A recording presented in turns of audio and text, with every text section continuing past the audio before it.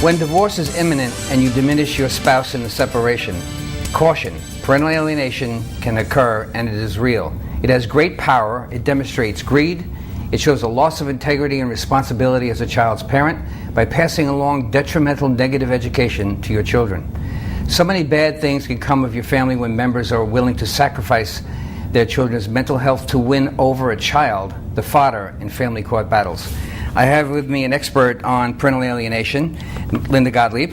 Hello. And she authored a book called Parental Alienation Syndrome, a Family Therapy and Collaborative Systems Approach to Amelioration. And this is the book. We suggest you read it. Okay, Linda, parental alienation. Is it controversial or not? Well, it shouldn't be controversial. People argue over the label of syndrome, but in reality, it is a very observable family dynamic that we actually have evidence for back to the 1950s when the child psychiatrist, who later founded the family therapy movement, observed how these children on the psychiatric ward were being asked to join in a coalition with one parent against the other parent, to that other parent's denigration and rejection. So this is quite observable, and there should not be any controversy about it. And I assert that it exists in my practice, and from what I understand from all my colleagues, it exists to some degree in 80% of all divorces. It's kind of disturbing that any of your colleagues would say that it wouldn't be there, because I know so many people who have it, well, who have done. Well, unfortunately, one of the biggest organizations that oppose it is the National Organization for Women. I happen to agree with most things that they stand for, but this is something I totally disagree with. I believe that their reasons to object are convoluted. They are afraid that men who are guilty of committing domestic violence will use the defense of parental alienation as a way of exonerating themselves. The reality is that men are using it as a defense anyway.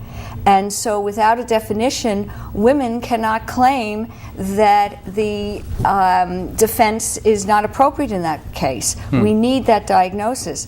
And the other thing that I really am concerned about is that the number of alienated mothers is much larger than we would think. And so when an alienated mother is a victim of parental alienation, they can't mount a defense either without a diagnosis. So the NOW organization is actually inhibiting their own gender. Yes, I believe so. Yeah. The other big fear is that children will get labeled with a diagnosis. Well, children are getting labeled anyway with a much worse diagnosis, a psychotic diagnosis of folie à deux, shared psychotic disorder with the alienator. So if I'm going to have a choice of what diagnosis I want to give, I want to pick parental alienation. It's the least stigmatizing. And it doesn't mean that the child has to be singled out for treatment just because they have the diagnosis. I'm a family therapist, and family therapists do not see dysfunction within an individual. We believe that dysfunction occurs within the family relationships. So with any disorder in the DSM, a family will come in, they have this idea of one member carrying the symptom and is labeled the identified patient. And as with any other diagnosis, the family therapist will reframe the definition of the presenting problem to be within a dysfunctional family interactional pattern rather than within the individual. So the target of treatment is still the family system. So I really do believe that this is convoluted thinking on the part of those who object to this being accepted as a diagnosis. Yeah. But you don't even have to use the label syndrome. You could just say parental alienation is an observable family dynamic. Right. Did syndrome throw it off because it required a more definition? Syndrome has thrown it off, but now I understand, and from my experience, all you have to use the word alienation and it raises the hackles of many judges and lawyers for the child. So I don't even use that anymore in most cases. I'll just say parental interference with the relationship between the child and the other parent. That is already on the books in most states. Yeah, it's softens the affected, doesn't it? Yeah. So there should not be a question about this. I'm on board with you. The DSM, by the way, is the Diagnostic and Statistical Manual, right? It's the manual that all mental health professionals diagnose from. Right, just for clarification. Right. Do you think that parental alienation to be a form of abuse? It is a form of abuse, absolutely, at the hands of the alienating parent. Look, we think very concretely. I'm half my mother and half my father. If I am brainwashed to hate one parent, I'm going to hate myself. It's impossible not to. And people who hate themselves behave very badly. That's interesting. Would you do me a favor and try to describe that again? You're going to hate yourself because... Well, you identify with your parents. This is natural. It's instinctual. Right. So... I just never thought of it that way. It's interesting, yeah. Yeah, well, if you're taught to hate a parent, how many people think, oh, I'm just like my mother, I'm just like my father. I mean, even as adults we say that. We have an expression, mirror, mirror on the wall, I am my mother after all, you know? I love it. So, you know, this is how we think, and children certainly think that way because they think more concretely. They don't have the intellectual capacity to realize that they can be different from their parents. And as adults, we all make choices. You know, we accept what we think was helpful from our parents and reject what we think is unhelpful. And children can't do that. So we are going to hate ourselves. But there's so many other reasons. Children get a very mixed up message. They're taught that love is hate. This is a huge risk to take. The alienator takes a risk then, but the alienation puts the kids at risk. The alienator generally doesn't care. In most cases, they're so narcissistic that they cannot put their animosity and hatred for their former partner and subvert it to their love for their children. And I've had cases where alienators have put children up to filing false reports in court, perjuring themselves on the witness stand, filing false orders of protection against their parent. So, I mean, these children are taught to deceive. Lying is normalized. Their concept of male-female relationships is all messed up. These children do not find healthy relationships. They have to mask their true feelings of love. They're constantly feeling anxiety that a slip of the tongue or a slip of behavior will reveal their true loving feelings for their alienated parent. So they're living in a constant state of tension, a constant state of depression. They use so much energy to repress their instinctual love for a parent, they don't have energy left over to study. That's why so many of these kids fail out of school. It's certainly awkward. There's a whole hell of a lot of things that are missing in a child's education when they're missing a parent's involvement. Right. One of the things I think is missing, and we should talk about, is the idea of missing both sexes in terms of modeling. They use modeling. I mean, we all do. We all use our parents in the form of a model. And when it's an awkward position. Right. So let's just hypothesize that the father is the alienated parent. The girls, you want your child, your daughter, to practice on her father how to relate to the other sex. Sure. When they're practicing on boys, I mean, it doesn't have a good outcome, and I tell these alienators all the time, because these kids have a 75% higher probability of having a teen pregnancy. And I'll say, well, they're looking in love for all the wrong places. You have to identify with the parent of the same sex, so if that's the alienated parent, where are you going to learn that from? And then if you are the child of the same sex of the alienated parent, then you learn your identity is that parent is no good.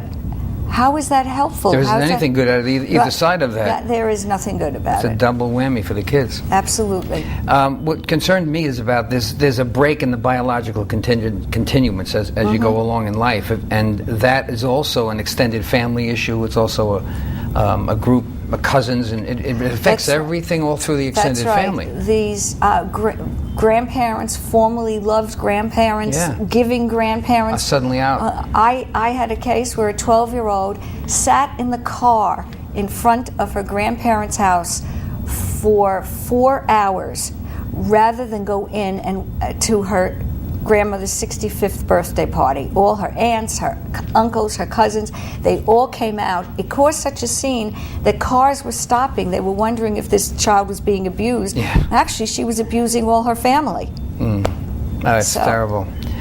Let's talk about the implication of the legal system in this matter.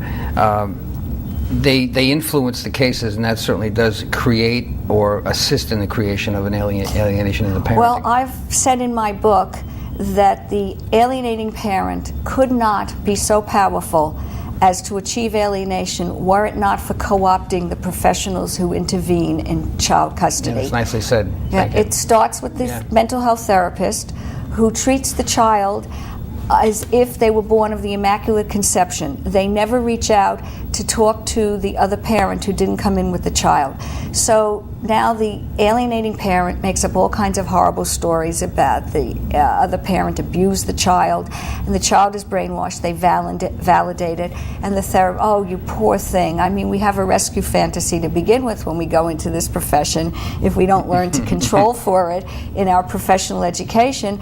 And now what therapist doesn't want to rescue this poor abused child? So they never contact the other parent. And we all know there are two sides to every story. Now let's talk to the matrimonial attorney about that. One of the lawyers who I interviewed for my book said that other than a bankruptcy attorney, only the matrimonial attorney knows their client's net worth. They know exactly how far they can make it an adversarial proceeding because they know exactly how much money that client has. And he said, even if he does not want to do that, if the other side wants to do it, he has no choice but to go down to their level.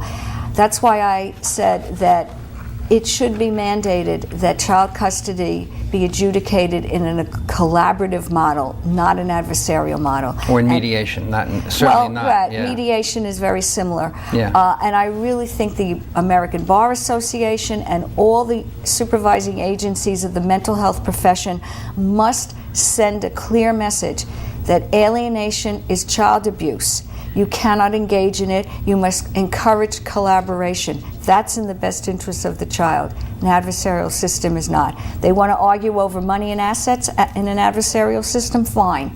But leave the children out of it.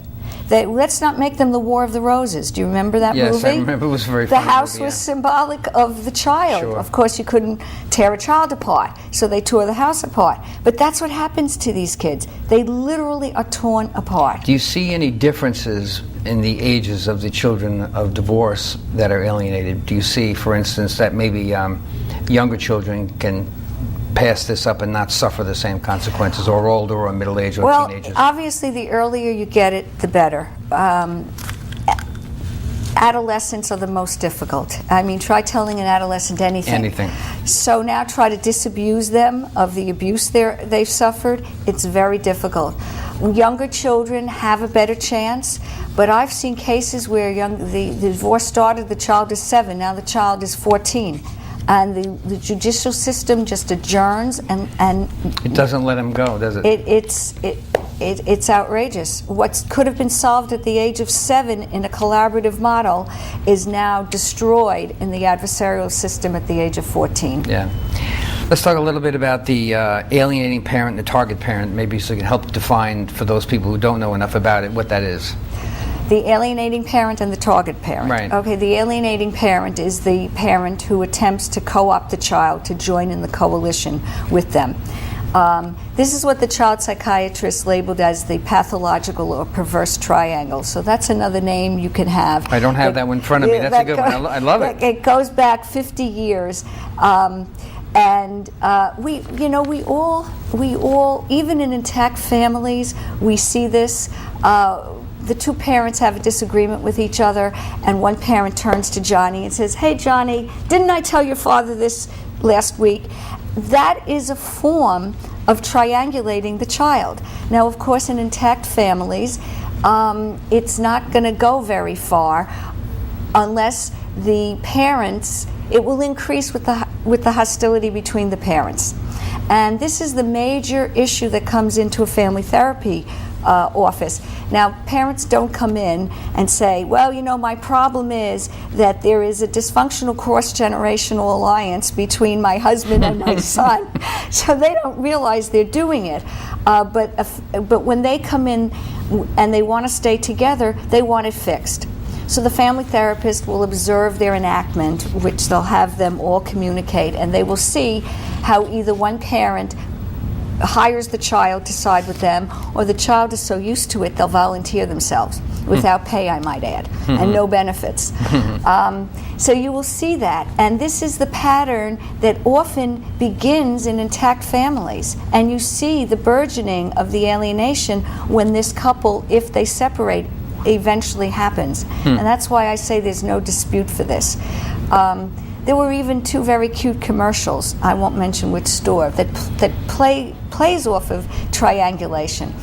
In the first commercial, a teenage girl is standing in the kitchen looking up ingratiatingly at her father, and her father looks admiringly at her, and she says, "Oh, Dad, this kitchen, this refrigerator is for bludgeon. It is awful."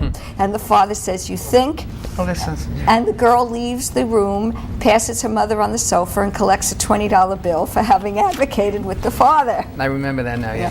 Now, in the second one, this is all to advertise cute, for that's cute. Right. Yeah. But this is a good example. This is how common this dynamic is, Sure. that there should be no question about it. Sure. So in the second commercial, a mother is standing in the living room looking down at her carpet, and her latency-age son can see in her face that she's unhappy.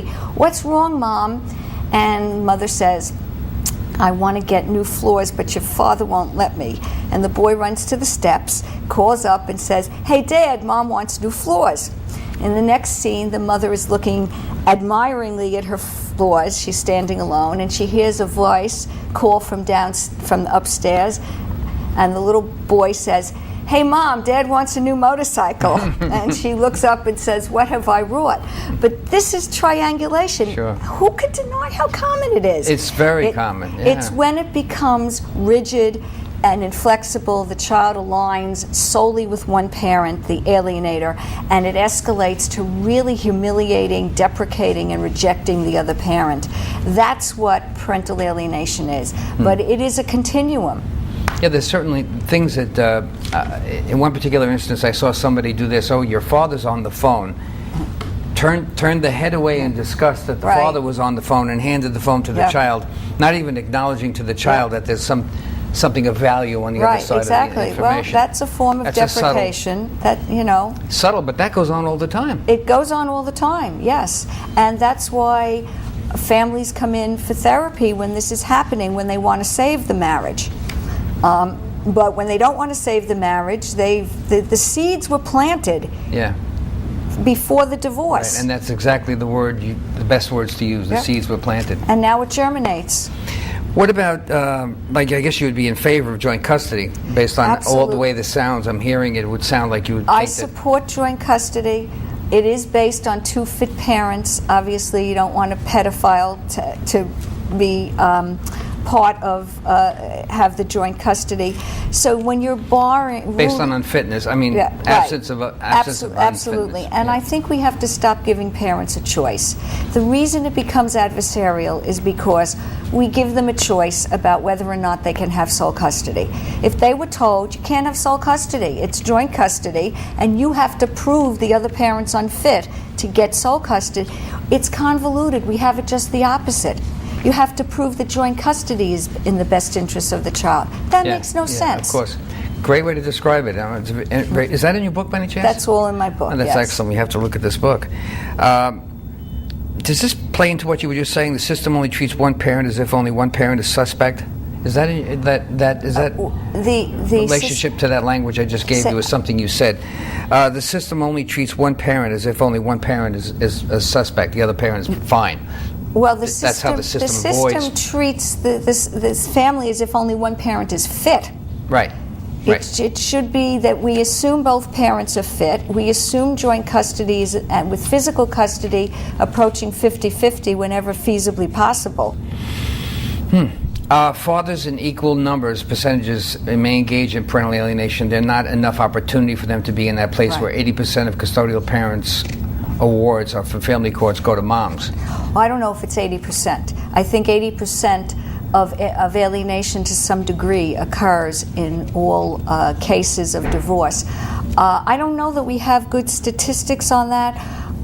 We do know that when given the opportunity, fathers will engage in alienation in equal percentages to mothers, but it's true, they don't have the opportunity. The average parent isn't aware of the effect on children, even subtle winks or hand gestures, which is what I was talking about before. That'll never be stopped. There isn't anything you can do about showing you're upset at one time or another.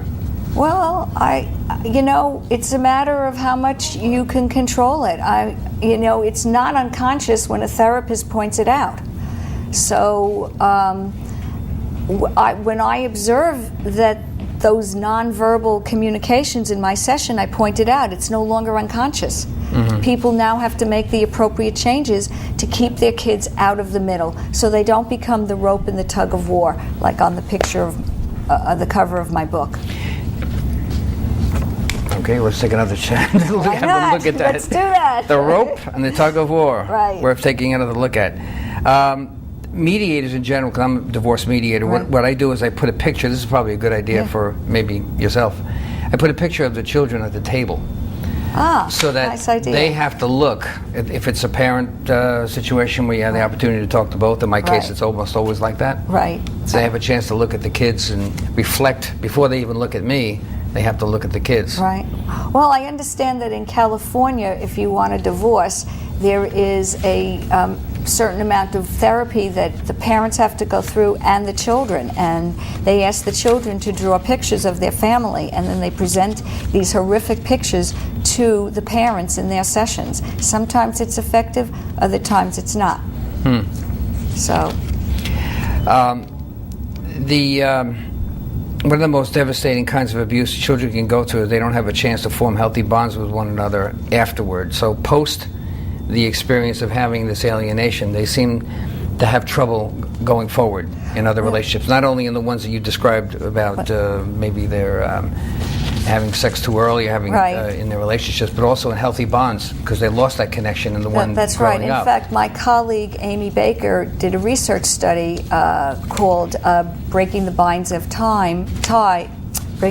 Adult Children of Parental Alienation, and she has research in there about the increase in depression, anxiety, poor relationships, higher divorce rate, drugs and alcohol.